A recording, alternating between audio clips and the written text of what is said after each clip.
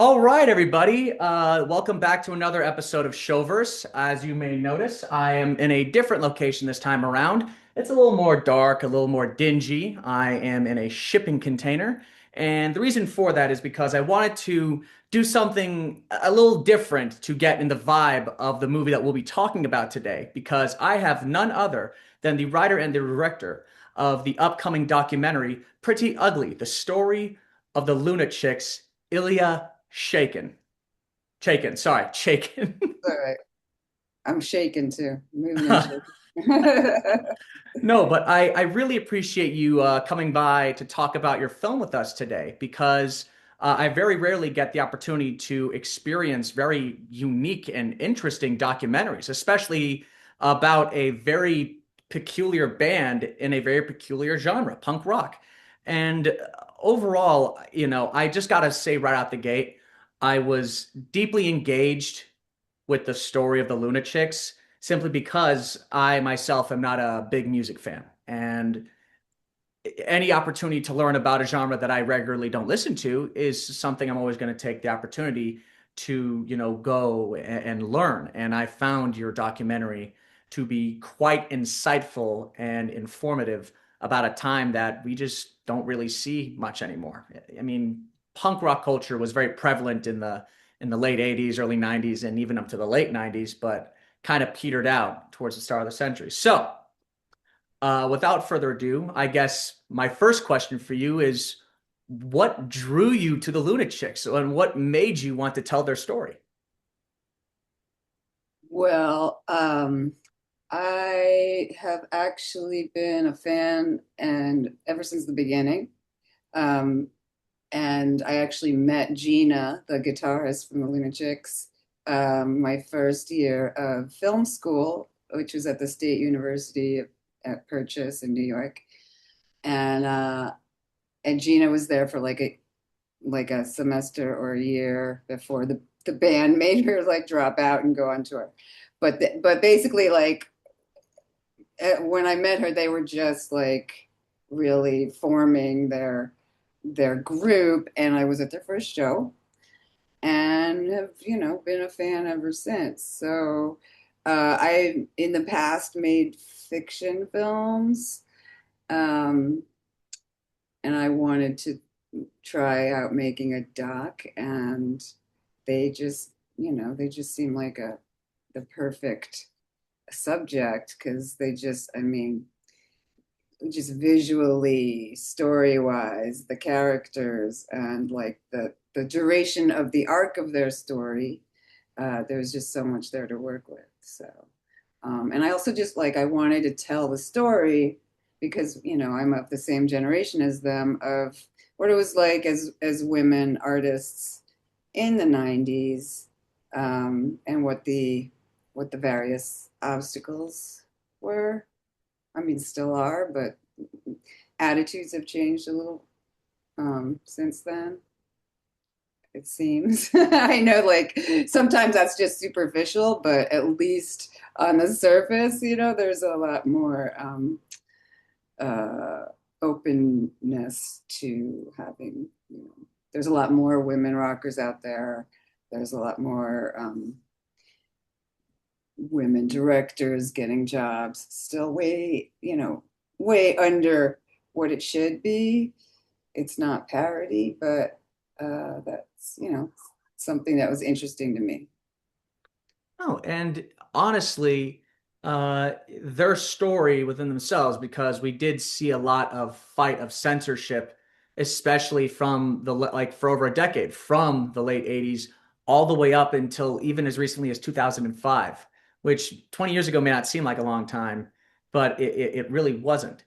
And one thing, there's one part in the movie. It's towards the beginning, but they they had a free bleeding concert, and you talk about, and because they're punk rock, and it was like meant to be an establishment of freedom and the ability to express oneself.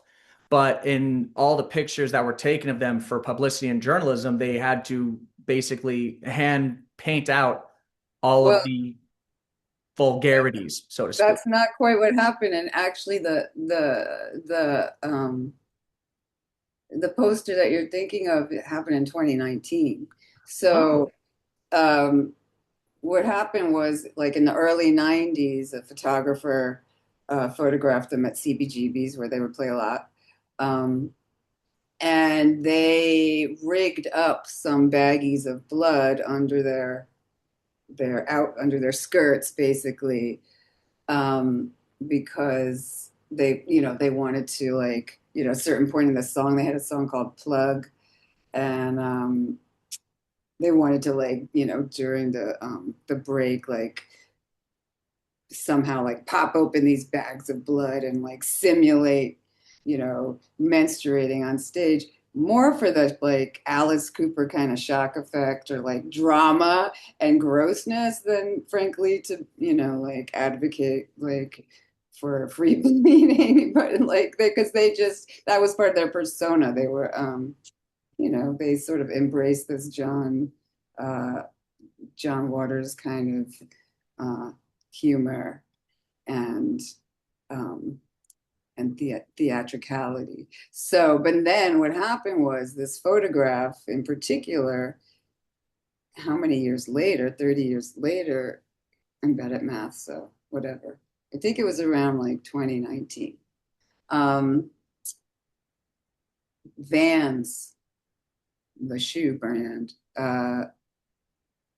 they did an ad campaign using old photos of hardcore punk rock shows from that era. And one of them that they used was this photo from the CBGBs of the Lunachicks with the blood all down their legs. And but for the ad campaign, which was all over, like, I don't know if it was nationwide, but in New York, it was like all over the subways and they had a mural of it.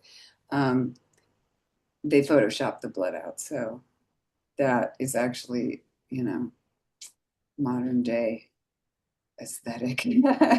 oh Lordy. And that actually does carry over into what I did kind of want to know next, which is, I mean, this, I know the film is comprised of a lot of interviews, especially with, Theo, Becky, Sid, Gina, Sydney. But there's a lot of old footage and a lot of old photos that are, sprinkled throughout. In fact, I'd say that make up just a little bit of half of the movie itself. And in terms of punk rock, they're big, but like there were other bands that were definitely above. So sometimes these photos, this footage, can have a tendency to get lost in the trenches. How were you able to not only find them, but get them in such good condition? Well, it's funny because you realize when, or I realized when I took on this project that it's a reminder that none of us had like iPhones in our pockets back then and like would shoot every single moment of every day. It was a rarity, especially in the, 80s and, most of the 90s, that someone had a video camera. And if they did have a video camera, it was always like crazy shaky, like lo-fi. So it was a challenge, but they had actually, like, in a box in the basement somewhere, stashed like a whole bunch of VHS tapes that they had had. And of course, no one has a VCR, so they hadn't seen them in years. Um, and I transferred them and, had access to all this footage and also just solicited footage from fans. I put the word out and people were very generous. And, they were very photographed because they were so theatrical and like very, they did get a lot of attention and they got, they did, I mean, they were originally performed for 12 years and their style evolved and they had fans all over the world. They didn't, that time period encapsulated like uh the explosion of grunge and like it becoming a more commercially viable genre. Uh, so they, were sort of on the fringes of that, never quite breaking into the wild commercial success of some of their male counterparts, but went along for the ride with some of them. No, right, obviously, but like I know a lot of these things had to be like dug up in a sense from people's basements and whatnot. But did you like I'm wondering because there's like newspaper clippings and all that stuff as well. Like, did you? What was like the reaching out process? Did you reach out to these people first, like members of the band, or did you like post something online saying, "Hey, this is like a call to fans of the Lunachicks. If you have photos, newspaper clippings, or video, please send them in. We're making a documentary, and we would like to have footage, have sources." Yeah, I did both. So like I said, that the stuff that they had compiled and like, was basically in storage. It was a lot of press clippings and like, you know, scrapbooks their moms would make, and stuff like that. And then I sort of for a while took over. They didn't even have their own Facebook page. There was like a fan page that I sort of like reached out to and took over so I could um, put the word out that I was looking for stuff. And then often I would just find things online, like on YouTube or something, and then try to track down the source of that. So it was arduous. Like it took a long time. No, I can't. I don't even like as look, I create stuff as well, but I mainly do fiction work. I've tried my hand in documentaries. I don't like them. It is there's so much more. It's a much more detail oriented process of filmmaking. And it's a totally different process. It's like it's like you have an idea of this story that you want to make, but of course it just evolves once you gather the material and do the interviews, and then you have to try to fit it into like a narrative format.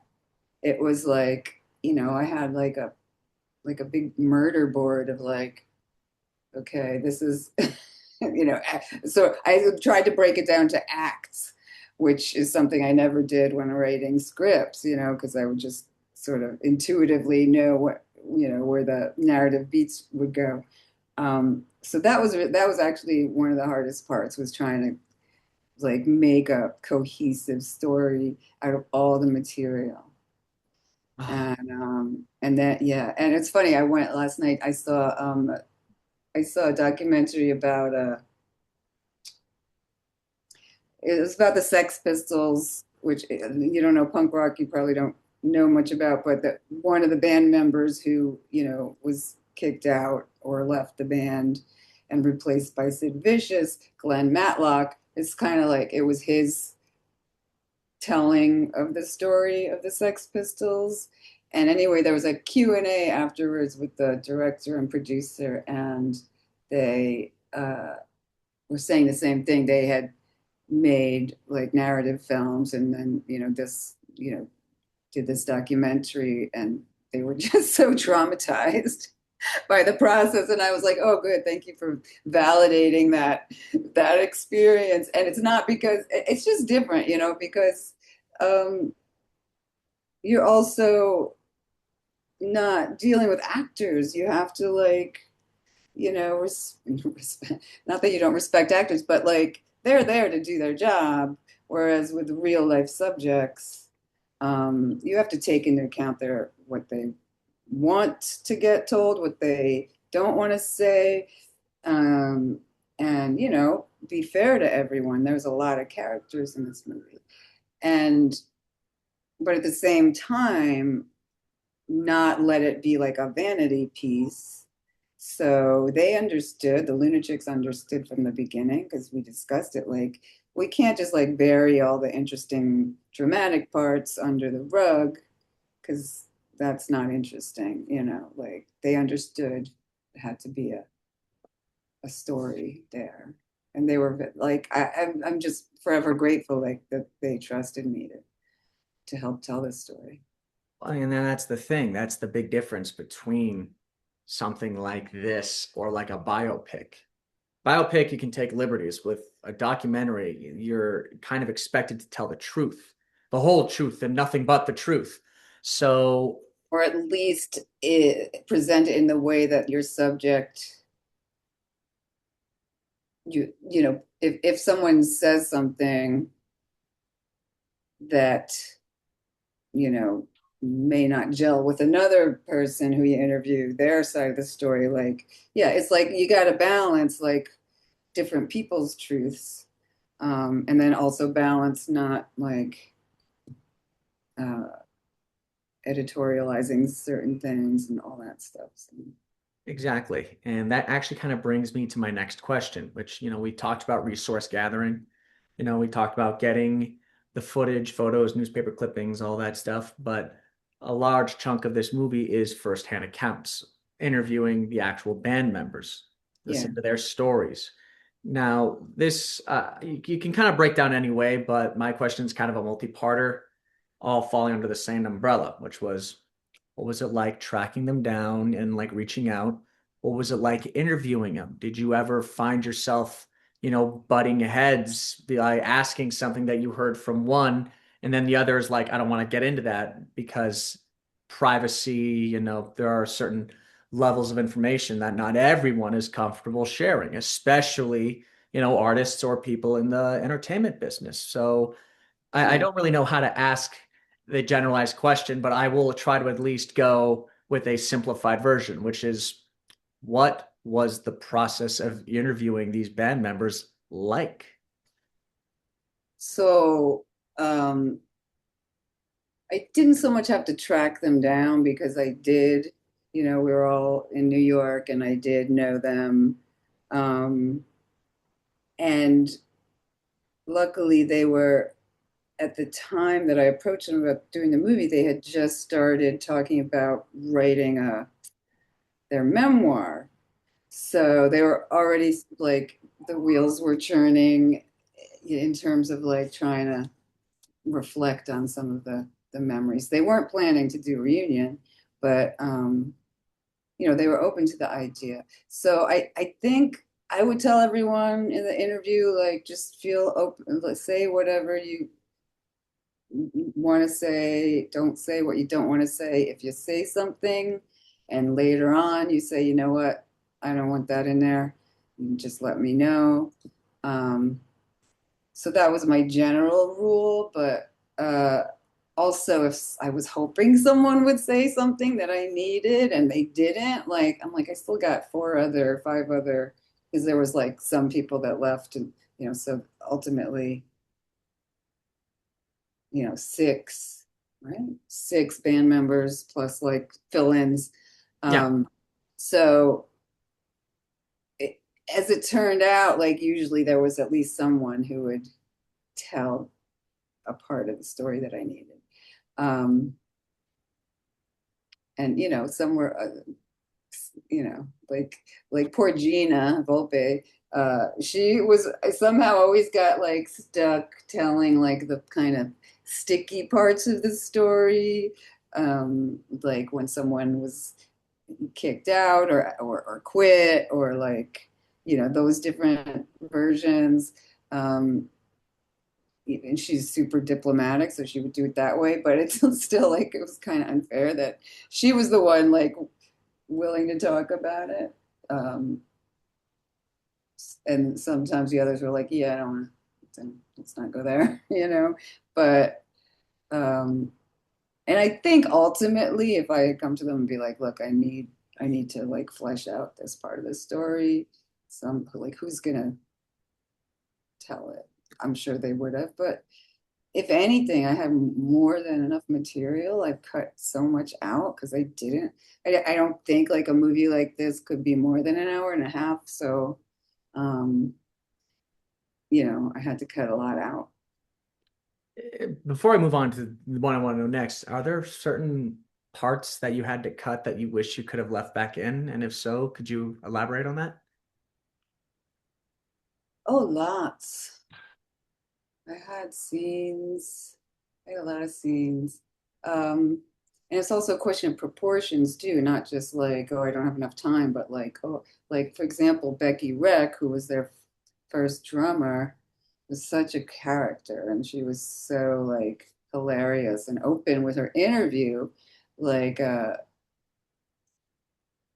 could have made a movie with just her, like somebody needs to put this woman in a show. But ultimately, she was only in the band for like 3 years or something. So I had to like whittle that down. Well, I had scenes of, them going back to their high school where, and like walking around and um, yeah, lots of stuff. I thought of one the other day, and maybe I'll think of it. But now following along that sort of same path, yeah, there's a lot that we learn about the Lunachicks in this film. A lot of their backgrounds, their how they were brought up, the kinds of music they played, their influences on one another. One of my favorite moments was Becky talking about her influence on Sid. But something that I actually would like to know from your perspective, what is what's like a certain story or moment when you were researching and building this documentary? What element of the Lunachicks like made you just go, wow, like I can't believe this. Like this is I got to tell us or this excites me the most. What or just what part of the Lunachicks as a whole? that's a tough question because it was such a slow process. Because also I'm like doing it in between jobs, and it's not. I'm trying to raise money. Um, so it's really like a compressed period of time where you're working on the movie itself, like the edit. Um, so I mean, the my biggest like triumph was when they decided that, and I guess this is a spoiler alert, but I think by now everyone knows that they were going to do some reunion shows. Um, so that was like a big triumph for me because I'm like, oh, I got a finale for the movie. Um, but I'm trying to think. What triggered you to ask that question? Maybe you'll Well, trigger a memory. so we you were talking about how there was so much stuff you had to cut out, not because Mm, of time, but because it's like you have to focus on what's most important. yeah, And the reason why I asked you like what story about the Lunachicks grabbed you the most or what element of them grabbed you the most was because, there are certain levels of drive that, make you want to tell the story as a whole. You talk about coming from a very similar scene, but when it comes to actually crafting the movie and doing the research, yeah. I'm just a little curious at what like during this whole process, was there something, a story or a moment about the Lunachicks where you were just going and you just had to take like a second to go, holy shit, like this is incredible. I can't believe this. No, I mean, nothing specific jumps to mind just because their whole persona was like premised on like, holy shit, I can't believe this. Like, I can't believe these chicks on the stage in front of me. That was the feeling of like, you know, um, of seeing them perform back in the day. But yeah, I would have to mull that one over. I'm old. I can't remember, which is also like the challenge of interviewing people about things that happened 30 years ago. No, sorry about that. Obviously, but overall, I severely loved peering into the past and seeing a side of history that, quite frankly, I never really got to experience growing up and never really explored. And I found myself taking away a lot from it, especially from the feminine side of punk rock culture and how they were able to stand out amongst a sea of other punk rockers. But I guess one of my final questions I have to ask you would essentially be, what are you hoping that the audience will take away from their story and from this movie? Well, I am hoping, first of all, that more people like yourself become exposed to the band. And we've had like amazing responses. Like, of course, there's this built-in fan base that was so excited that they were finally like getting their, you know, a little bit, their day in the spotlight again. But also like a lot of younger people have been like showing up to the screenings, and like we did a whole festival run, and you know young girls crying, and it's just like it's interesting to me that they're still inspiring in a way that they were inspiring to me when I was young. um because in our generation we were not like allowed to be like um, the fierce, gross, bossy, whatever monsters on stage. Like they were all the things. They were sort of like manifesting our internal like angry girl selves. And I guess that's still resonant with people today. And also they were like early, like, not advocates for like gay and trans rights, and like they were like vocal about this stuff before. Back then, like it was, you know gay was what you used to insult somebody with. Right. so um but yeah, it's just like I love that they're like getting like a little bit of the props that they should have had a long time ago. um but I also wanted it to be like a fun and accessible movie for anyone to watch, even if they never heard of the Lunachicks, like yourself, and don't even like the musical genre. But they kind of suck you in with their very engaging personalities and the story of their friendship over this like very long duration of time. So, I think I hope it, reminds people that, we need rebels and people to raise their voices and go against the grain and defy the rules. And I don't think any story, at least right now, can do that better than Pretty Ugly, the story of the Lunachicks. In theaters now, in select theaters now, and also on digital. Was that, I feel like that may have been too on the nose, but at the same time, I do want people to actually go and watch this movie. Yes, Please. please watch the movie. See for yourself. You can stream it on. Yeah, there are some select theaters, and there's some like adding to the list here and there. You can also stream it on like Apple and Prime and YouTube and all the corporate, you know, Yeah.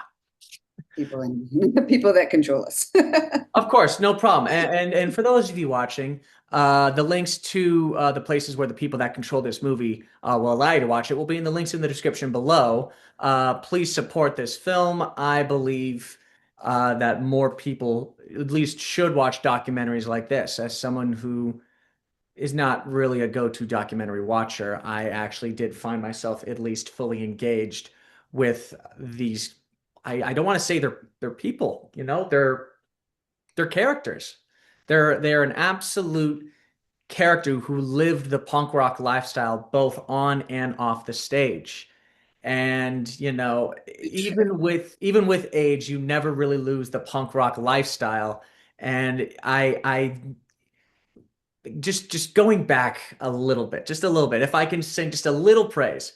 There are certain segments with Becky and even with Gina where you just hear them talk and you're just like, oh, it never really left. They're pretty much the same now as they were back then.